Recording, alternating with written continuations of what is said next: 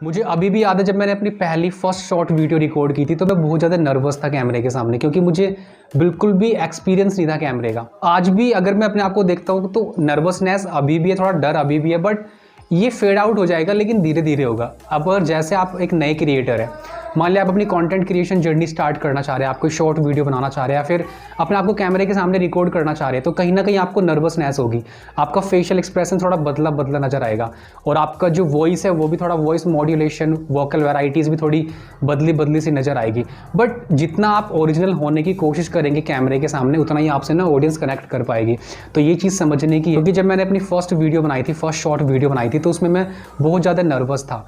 और नर्वस इसलिए था क्योंकि कोई मुझे एक्सपीरियंस नहीं था। मैं थोड़ा एंकर, जैसे वो न्यूज़ एंकर वाले होते हैं, ऐसे कोशिश कर रहा था बनने की, बट और फिर धीरे धीरे जैसे मैं और ज़्यादा रिकॉर्ड करता रहा, फिर थोड़ा इंप्रूवमेंट दिखने लगा। अब क्योंकि अगर मैं अब रिकॉर्ड करता हूँ तो कहीं ना कहीं ये नर्वसनेस कम है। इतना नहीं है कि बिल्कुल पूरी तरह फेड आउट है, बट हाँ कहीं ना कहीं नर्वसनेस कम है। कहीं ना कहीं अंदर जो फियर है कैमरे का वो थोड़ा सा ख़त्म हो रहा है। तो ये जो रिजल्ट है वो प्रैक्टिस से है। जब आप डेली प्रैक्टिस करते हैं किसी चीज़ को, जब आप daily basis, consistent basis practice करते हैं, तो कहीं ना कहीं आपको रिजल्ट दिखने स्टार्ट होते हैं।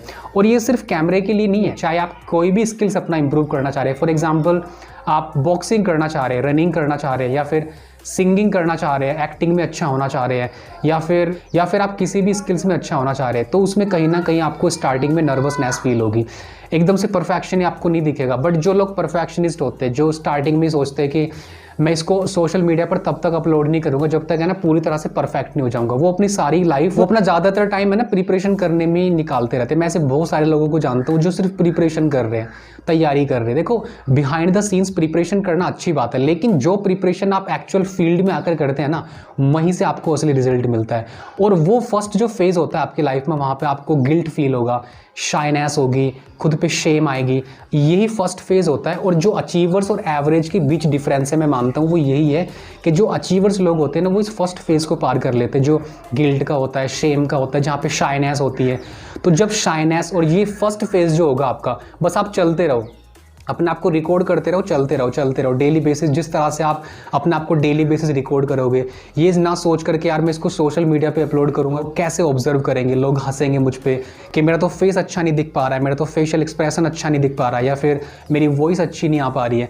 तो अगर आप ऐसा सोचते रहेंगे तो आप उस चीज़ को कभी भी पब्लिकली नहीं कर पाएंगे। और जब तक आप उस चीज़ को पब्लिकली नहीं करेंगे, तब तक आपके अंदर वो नर्वसनेस, वो फियर बना रहेगा, वो डर आपके अंदर बना रहेगा। तो इसलिए इस डर को निकालने का तरीका है कि आप एक्चुअल फील्ड में आके वर्क करें।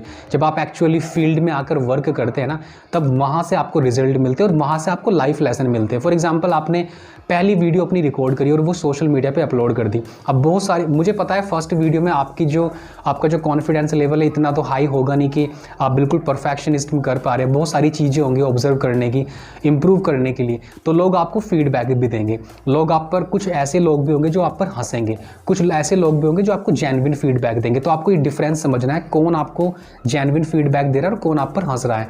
तो सभी चीज़ को आप निगेटिव कमेंट्स की तरह मत लो, आप उसका से पॉजिटिव फीडबैक लो। जैसे लोग आपको बोल रहे हैं कि भाई पहले अपनी इंग्लिश सुधार, ये वर्ड ऐसे नहीं ऐसे बोलते हैं, या फिर अपना फेस एक्सप्रेशन ठीक कर, बहुत लोग हंसेंगे आप पर। फिर आपको उस चीज़ को एज ए पॉजिटिव फीडबैक की तरह लेना है। See, feedback is the food of champions, feedback is the breakfast of champions. तो आप उसको एज ए फीडबैक लो, वहाँ से आप क्या सीख सकते हैं उस चीज़ को फिर इम्प्लीमेंट करो। इस तरह से आप अपने आप को है ना कैमरे के सामने अपनी नर्वसनेस को फेड आउट कर सकते हो और ज़्यादा कॉन्फिडेंट बन सकते हैं। तो आज ही आप रिकॉर्ड करना स्टार्ट करना चाहे तो आप रिकॉर्ड कर सकते हैं और अपने आप को ऑब्जर्व कर सकते हैं कि आप गलती कहाँ कर रहे हैं।